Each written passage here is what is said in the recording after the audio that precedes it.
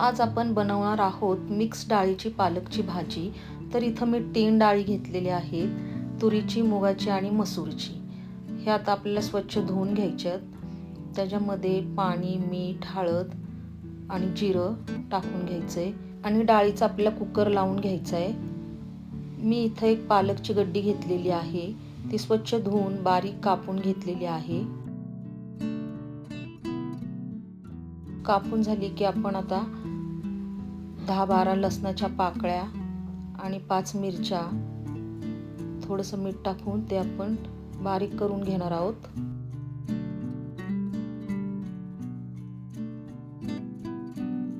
डाळ आपली चांगली शिजली आहे।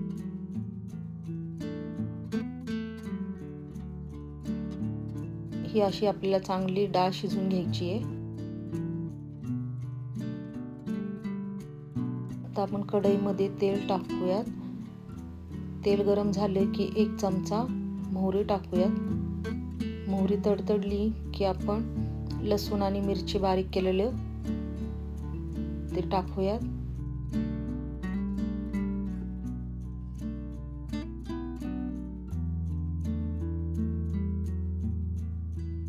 थोडंसं हिंग, हे सर्व भाजून झालं की आता आपण ह्याच्यामध्ये पालक टाकणार आहोत।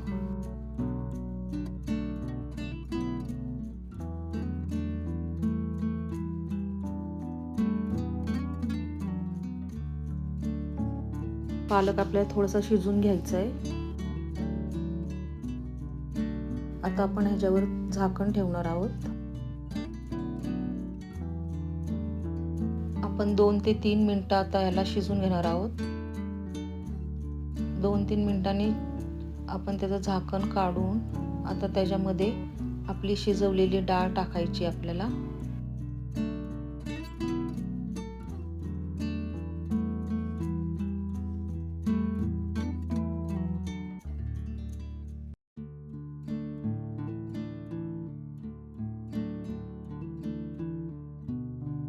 आपण डाळीमध्ये शिजताना मीठ टाकलं होतं, तर आता पालकसाठी आपल्याला थोडंसं मीठ अजून टाकायचंय।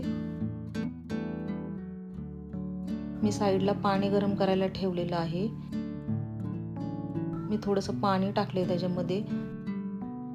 तुमच्या आवडीप्रमाणे तुम्हाला कशी पाहिजे तेवढंच तुम्ही पाणी टाका त्याच्यामध्ये।